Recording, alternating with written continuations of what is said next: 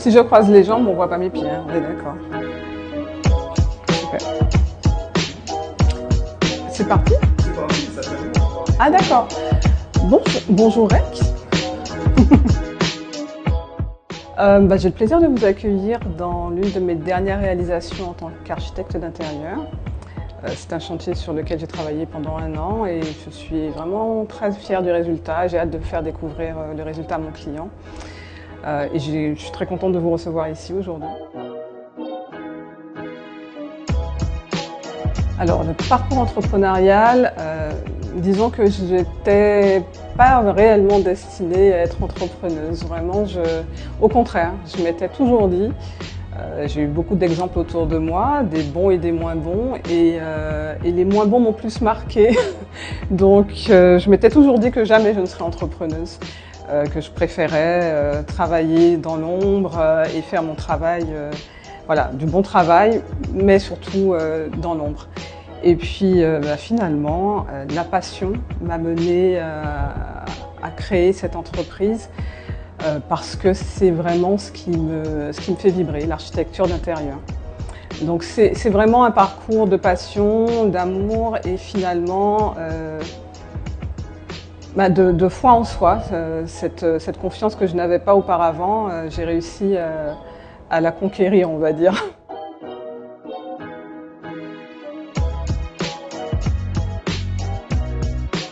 Le plus grand défi, c'est justement de trouver cette confiance en soi. Mon plus grand défi, c'était de vaincre la peur. On le dit souvent, créer une entreprise, c'est un moment excitant, mais également effrayant. Il faut vaincre ça pour pouvoir sauter le pas. Donc je crois que réussir à vaincre cette peur, c'est le plus grand défi à surmonter.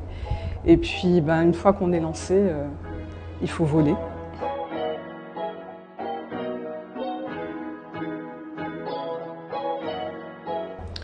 Je dirais qu'il faut être bien préparé, prendre son temps pour penser, mûrir son projet. C'est important effectivement la confiance en soi, mais on ne peut avoir cette confiance, je pense, qu'en ayant des éléments tangibles et objectifs qui nous permettent de nous faire confiance, tel un phare finalement, des choses auxquelles on peut se référer, tel un business plan, des choses très très concrètes qui nous permettent de nous dire oui, je suis sur la bonne voie ou non, il faut que je rectifie le tir. Et ça permet au fur et à mesure de conserver la confiance qu'on a déjà finalement, parce que quand on a créé l'entreprise, c'est qu'on a déjà eu confiance. De plus en plus, j'essaie en tout cas Moi, ce qui me permet d'être confiante finalement, c'est la confiance que je vois autour de moi. J'ai cette chance d'avoir des personnes qui m'entourent et qui me rassure sur mes capacités, sur le travail que je fais. Les clients aussi, quand on a ces retours qui sont très positifs, on se dit bon, le travail est bon et à ce moment-là, oui, la confiance, elle vient au fur et à mesure.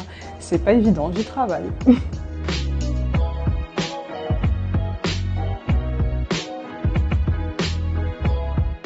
Alors, c'est une longue histoire.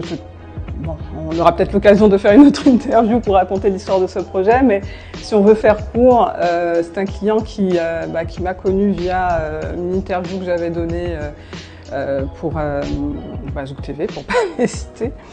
Et il vit à Marseille, ce client, et en voyant cette interview, ça a coïncidé avec sa recherche d'architecte d'intérieur pour rénover cet appartement qu'il avait acheté depuis un certain temps et qu'il voulait conserver. Alors, c'est un appartement qui est des années 70, avec un carrelage très original et d'époque qu'il souhaitait vivement conserver.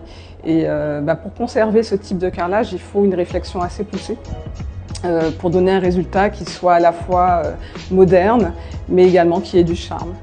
Et travailler à distance, parce que il vit à Marseille, donc il fallait vraiment s'organiser de façon à avoir des reportings très réguliers, les suivis de chantier. Donc ça, dans mon travail, c'est très très important d'avoir une organisation pour moi, mais également pour le client, qui lui permettent de savoir exactement où son chantier en est. Donc j'utilise des logiciels qui permettent d'échanger assez facilement et de manière assez fluide. Et voilà, donc on a suivi le chantier comme ça à distance. Et il me fait le plaisir là, de venir d'ici quelques jours découvrir son chantier.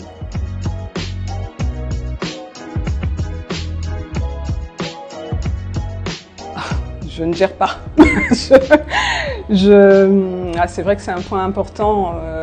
On vous dit souvent de ne pas négliger votre vie personnelle quand vous êtes entrepreneur, mais c'est extrêmement difficile, d'autant plus quand vous faites quelque chose qui vous passionne. Et moi, je suis très investie dans ce que je fais, donc il m'arrive de me laisser un petit peu trop déborder par la vie professionnelle. Je me rappelle à l'ordre, ou on me rappelle à l'ordre, pour ne pas négliger le plus important, c'est la vie personnelle. J'y travaille.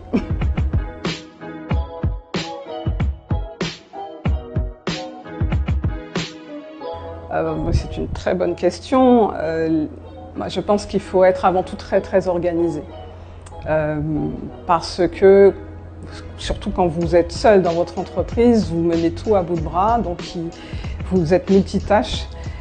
Il faut pouvoir gérer non seulement la relation client, faire votre travail, faire la gestion administrative, faire vos déclarations URSSAF, ne pas les oublier, voilà, les bilans. Enfin, c'est énormément d'éléments qu'il ne faut pas oublier, et donc sans une organisation au carré, c'est très compliqué.